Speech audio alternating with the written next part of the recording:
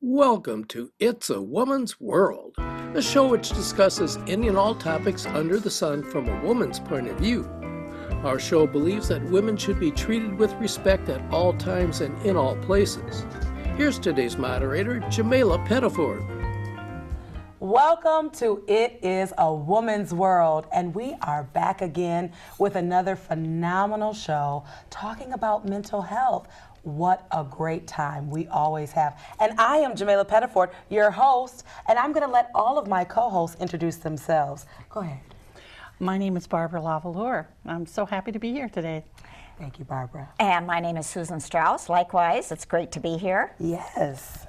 Hello, I'm Aline Thani. So happy to be here, and I'm so happy we are talking about mental health. And we have our wonderful guest that is here with us, Miss Shani Tran. Welcome, Shani. Thank you so much. I'm so excited to be here with you ladies today. Yes, thanks for being with us. Thank you. I think we're more excited than you could possibly be, however. We are anxious to hear about mental health and how in the world you got involved in mental health and owning me, and if you can tell us about that, a little bit about your background, how you got to where you are today, and what you learned during that journey. That might be more than one question, but anyway. Yes, Tell us about you. So basically I got into mental health because when I was in high school, I experienced my own encounter with mental health. Something had happened to me with my stepfather. And my boyfriend at the time ended up telling my school social worker. I got called out of class. I didn't know why. At the time, I also didn't know that my school social worker was a mandated reporter. Told someone, reported it. When I got home from school, my mother had told me that a social worker had stopped by my house and asked me to explain what that was about. And I had no one to defend me. With that being said, I went on to college and was trying to discover myself, and I ended up seeing a therapist, and I just didn't feel very comfortable. I had a few suicide attempts and just felt very alone. And at the time, theater was my outlet. But I didn't want to always be auditioning for a job. So I ended up going back to psychology, which is something that I loved in high school. And I was like, okay, I'm going to major in psychology. And then my advisor was like, well, you need a master's. And I was like, oh, wait, more school? Yeah. Besides a bachelor's? More school? So I ended up going to my master's program, which is at the University of Wisconsin-Milwaukee. And I ended up doing my supervision in Minnesota, opening up a private practice. That has always been my dream, to create a safe space for people that look like me and to give them a place where they don't feel that they have to beat around the bush about who they are, just being authentic. And that's where I am today. Wow, I mean, that's a great journey. And usually the best stories and the best careers are found when you can experience yourself. Because it takes you beyond the book knowledge into the actual livable experience, which to me is even more important, I think, to the applied application of your head knowledge, but to actually come from. So take us on this journey of going to school and really going through this level of change within yourself and really discovering yourself in this process. Okay. You know, and how do you help people discover themselves in their process? Such great questions. I love it. So it's kind of something that I didn't really know I was on the journey for. I knew the end game, but I didn't know those steps. We sometimes don't think about what are the steps to our journey. We just know, end game, I'm gonna be a therapist, and don't think about the in-between. So for me, when I was in undergrad, I knew that I wanted to sit down and give people a safe space because I didn't have that opportunity when I was in college. And I was often left to my thoughts, which then left me feeling very lonely, which then made me feel worthless, like my life just wasn't worth it. And so I knew that if I felt that way, I couldn't be the only one. Right. So going through my schooling, I wanted to make sure that I put an emphasis for me in really knowing myself, because there's something in therapy called transference and countertransference. Hopefully I'm gonna get this right. It's been a while since I've been to school. Countertransference is when the client activates something in the therapist, which brings up their stuff. Yep. Transference is when the therapist activates something in the client. And that is very important when you're dealing with people's issues. And so I wanted to make sure that I wasn't triggered when my clients were talking about things, because I know that I had a lot of issues that I was dealing with. Abandonment, sexual abuse, issues with my mother, like relationships. That's all things people are gonna bring to therapy. I needed to make sure that I'm okay myself. So in going through schooling, I really treated it like 2 years of therapy for me. Nice. As I'm learning, I'm learning about myself. And that's kind of how I went through the process of being able to make sure that when I'm in the room, not only can I help someone go through that journey themselves, but also being aware that I can relate to you and choosing when I disclose, because I do a lot of self-disclosure. For me, I feel like my clients really like to know that I'm also a person. Like, I'm not just asking you questions. You can ask me questions. And that's the relatability piece. That's Yes. that connectivity. Very nice.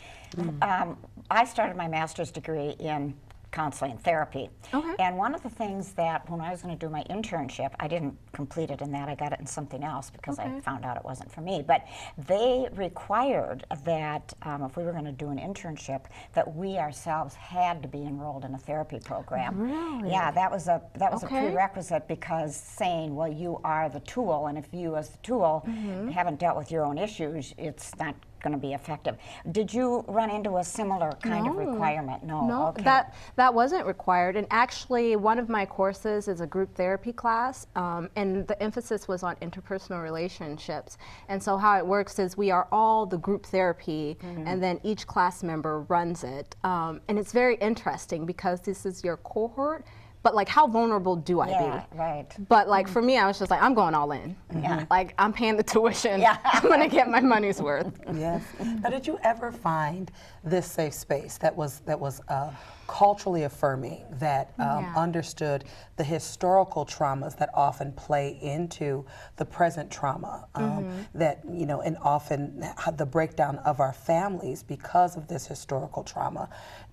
Did you ever acquire this safe space? I know that you've created it for others. Yeah. But did you ever, you know, in this journey, find a safe space that you didn't create for yourself, but that you were able to join and be a part of? The answer to that is no. Yeah. One of the things that in Minnesota that I find that is very scarce is Black therapists. Absolutely. And I live in the suburbs, so if I'm going to see one, usually they're with an agency, so they need, in order to see them, it has to be like within the agency referred, or they're like deep in the city. For some people, that's okay for a drive. For me, I'm just like, I don't like traffic, not in Minnesota. So I wasn't able to find that space. But kind of answering your question, I created it. So I ended up like being friends with therapists that are African American so that I can relate to them and we can talk about that. That was the only way that I was able to create it. But also, I found a therapist that was okay with me bringing that to the space, where she wasn't questioning my culture, but also allowing me to process it. And she was okay with that and would help me process. So she was culturally competent, even though she herself isn't Black. Okay, very nice. So one thing I was thinking about, Shani, is, you know, as you told your story, you know, the heartbreak that children, and then as you develop, you know, became a teenager, that they go through in life, right? And knowing that those years are so vulnerable and so critical for development.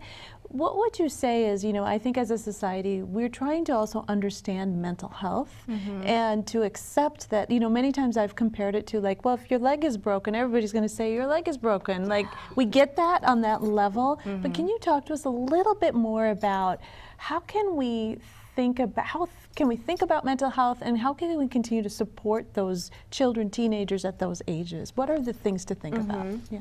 I'd say communication. I know people get tired of hearing communication as if it's the be-all, end-all, but it's really important to communicate. But not only communicate, but recognize how your child, or if you're a teacher, whatever space you are in with children, how they communicate.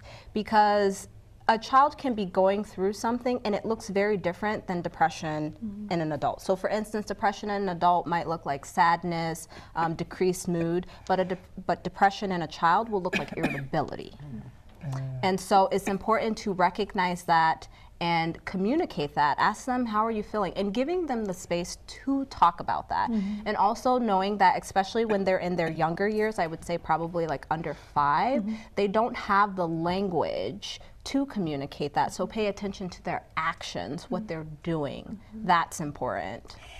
Do you then, as an African American woman, and you talk about what you need to be aware of with children, to piggyback with what Ali said, are there specific elements that need to be taken into consideration when you're dealing with African American kids, or I'll say black kids, I'll make it, and brown kids, particularly with the divisiveness now in our country, and I know that there's been an increase in the amount of racial harassment to kids in schools. Yeah. What do you say about that? How could you piggyback on your answer looking at the racism and the divisiveness?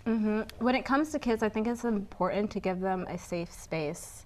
And giving them the safe space, not just like providing someone to talk to, but also someone that they can say, oh, that person looks like me, and they understand me, rather it's, even if you don't have a counselor in a school, but like a teacher, a mentor, bring someone in, whatever you can, find volunteers. People love to volunteer, so that that child can look and see someone that looks like them and say, okay, I already understand that you understand me because you look like me. I think that's really important.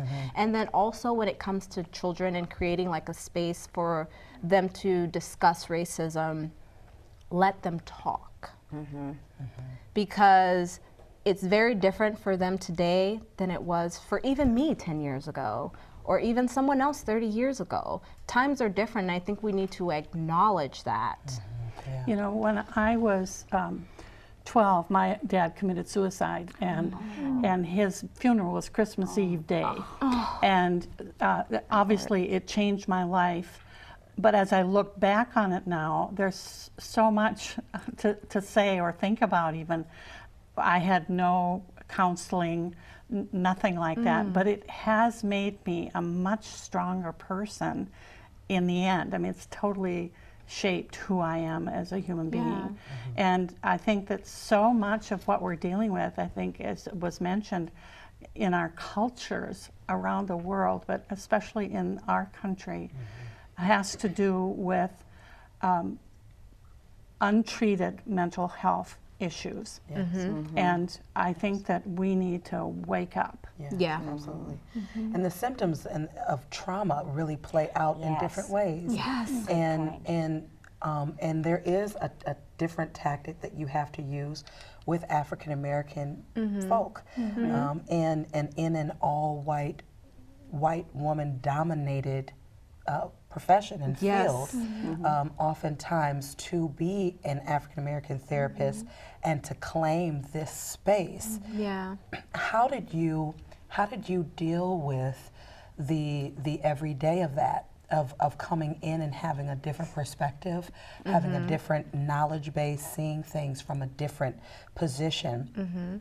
How did you deal with a lot of those different systems that oftentimes will come against the different ideology that goes against the Western way of thinking? Yes, that's a great question. The interesting thing is, before I started my private practice, I wanted to make sure for me that I didn't just have one way of seeing or doing things. Absolutely. So I started out in the field as working with children who are diagnosed with autism, and then I worked in a jail. And then I did in-home for children that are, let's just say they're in the system somehow. Not the system, well, the system, rather it's adoption, the system, rather it's taken from their homes, or even just going in and out of juvenile. And then on top of that, I've worked with geriatrics. So I just wanted to make sure that I really had a lot of things under my belt. Now, going into my private practice, how I create that space for people to talk about that is I let them develop their story. And I ask them, when they're telling me things, is that the way that you want to tell your story, or is that someone who has told you your story and now you're repeating that? Because I want to create a space for people to be able to tell their story the way that they want to. Right. And recognizing, are these my thoughts, or is this something that I was told as a child and then it kind of just stuck with me? Yes. For instance, in my case, it was, you have daddy issues. And I realized that I mean, my dad wasn't around, but I wouldn't say that I got daddy issues. But that's how I was seen as a young black girl who her biological father wasn't in her life, and because I didn't do well in relationships with men, the reason is because you got daddy issues. And it was way more than that. If anything, I'd say I had mother issues more than I had daddy issues. Yeah. You have, sorry, ahead. You have a minor in criminal justice, and I'm Yes. very interested in I hearing forgot about what that. you have to say about that. I just saw Just Mercy, and a fabulous movie, Yeah. but I'm interested in how you said you worked in a jail or a prison, Yeah. and I'd like to hear more about that. It's Okay. fascinating. Yes. So I worked in a jail in Racine, Wisconsin, and I say jail because prison is where you go after you've been sentenced. Jail is kind of like This while waiting you're waiting pattern. trial, or if you just got a DUI. My experience going in is I had no idea what I was going into. I was just like, I need a job. And oftentimes when you're at college, it's like you need to get experience. But I can't get experience unless you hire me. And they hired me. And so I remember going in and feeling like I wanted to make sure that I didn't become jaded by the experience. And the way that I did that is I always told myself the difference between me and the person behind the cell usually is that they got caught. And the reason why I say that is because I dealt a lot with people who came in for DUIs, like just for the weekend. And I mean, who doesn't have wine when they go out to dinner? Sometimes, yes, they were intoxicated, but other times it was like I was just driving home and I was over the limit. So a way that I kept myself grounded, and I wanted to make sure that the person behind those bars, I looked at them as a person and not an inmate, was I basically humanized them and said, there's no difference between me and you. And that experience was very humbling to me. I saw a lot of things, and oftentimes I would go home late at night and just be like, wow, let me just hug my fiance at the time just a little tighter. Let me call my mom and tell her I love her just a little bit more, because you don't realize what you don't have in life until you don't have it. And the criminal justice system, specifically in jails, I mean, you could go in for a DUI, you're there, you don't realize how inhumane they are. I mean, you're behind a glass cell, you don't get to shower during the weekend because it's very low staff. If you say like, hey, I'm gonna kill myself, you actually get a green gown as a woman, and if you have your period, you don't get a pad, you don't get underwear. And I remember women standing in front of me just bleeding down their legs. And they probably said I'm suicidal just because they didn't want to be behind the glass door. They just wanted to go somewhere else, but that's what happened. And I remember just feeling very like, Helpless. helpless. Wow. Watching, I mean, this woman is like, hey, can you please get me a pad? And I'm like, I'm just in the warden's house. And so you start to realize these beautifully broken, marvelously broken folk. Yeah. And so you wrote a book about it. I did. You did. Not about you did. them, about me. Well, but yes. Let's see your book. But it was Yes. But in this, to me, it's like all of these things kind of lead up to the beautiful ugly of things. This storyline that creates this Yes. marvelously broken story. Yeah. So talk a little bit about what does it mean to be marvelously broken? How did you get there? Yes. Let me just say that writing my book, it was probably 3 years. Because when you write a book about your life and you have some traumatic events that happen, you are reliving those. And to write a book so that people can see, like picture what is happening, you yourself have to describe those things. So for me, it started out with just taking bits and pieces of my life that I felt I was just really broken. My rape when I was in college, the incident with my stepfather, back and forth with my dad, and some different things with like friends. I lost a lot of friends just because I felt like they weren't accepting of just who I am in this broken space right now in my life. So I started out by just writing stories, little diary entries, as you could say. Then I had to shift them around to make a story.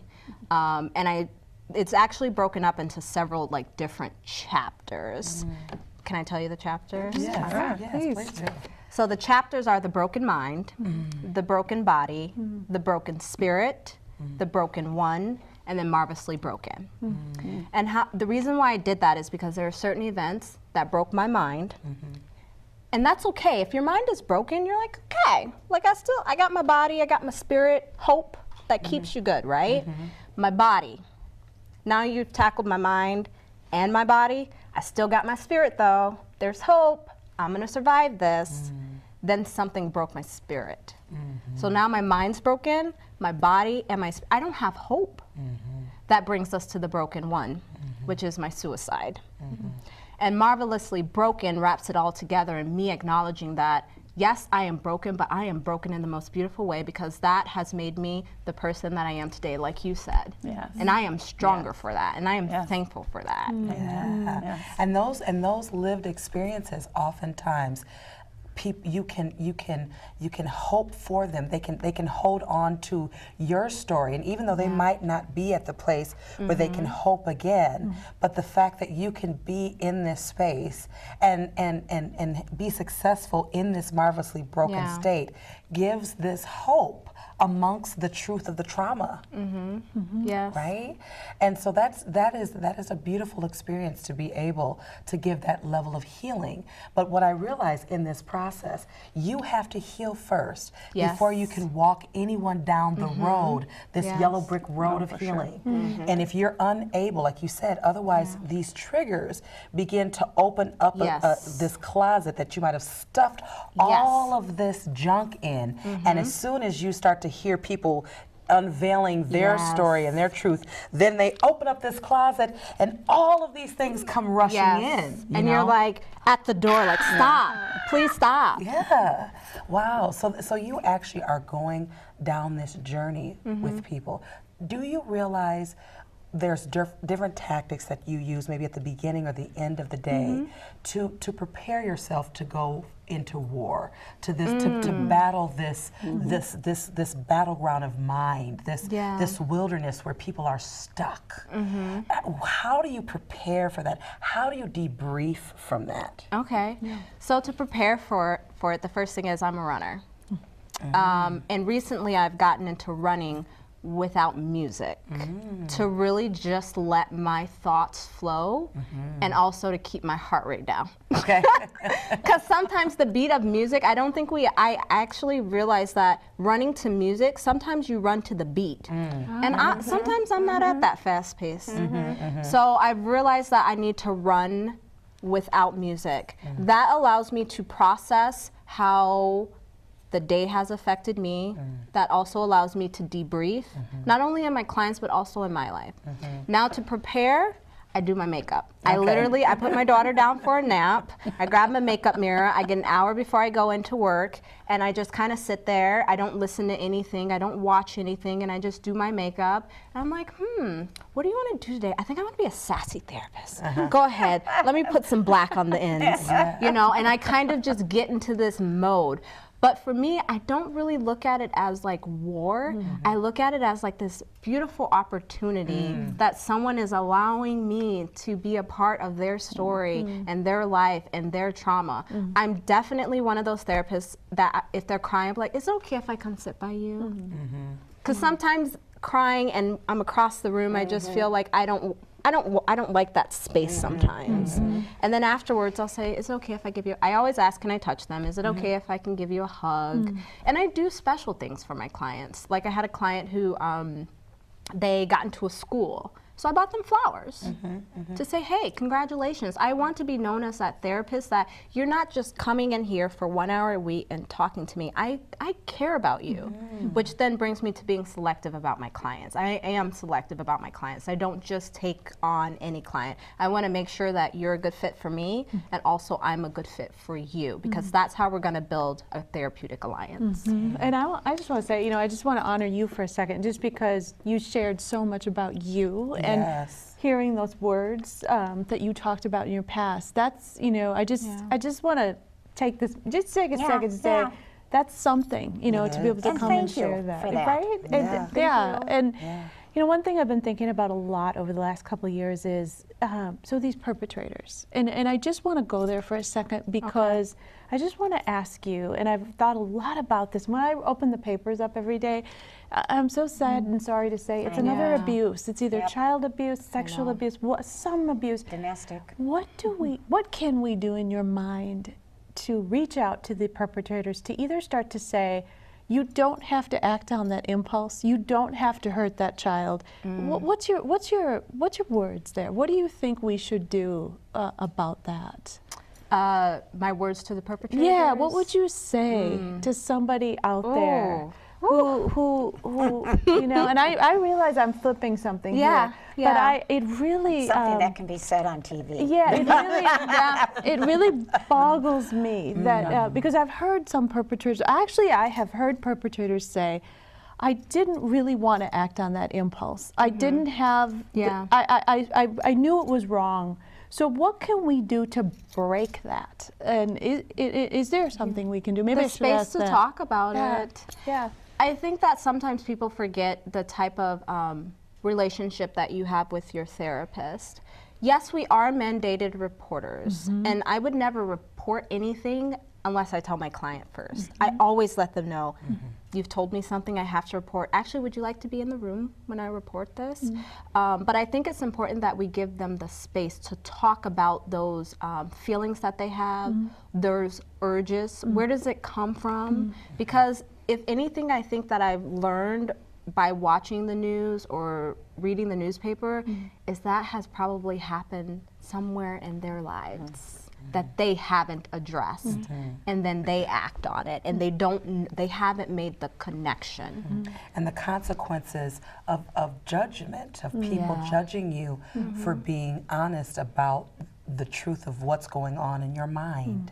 I think that oftentimes stops people from sharing because your mind can play out something, and if you aren't able to share it without this level of persecution and judgment, oftentimes it does become an action. And to kind of break down like the basis of like CBT, cognitive behavioral therapy, we have an event that happens in our life. Then we have a thought about that event. And then our thoughts affect our actions. That's kind of like the condensed way of thinking about it. So for the perpetrator, they may have had something in their lives that happened, they had a thought, now they're acting. Wow. And usually to be able to handle our actions, we have to tackle our thoughts. We have to tackle our thoughts. Well, you know what? This has been just a marvelous time. And I mean, we have all realized that each and every one of us have our own marvelously broken moments throughout this life. And we want to thank you for being with us today. And we hope that you will continue to join us each week on It's a Woman's World. Thank you.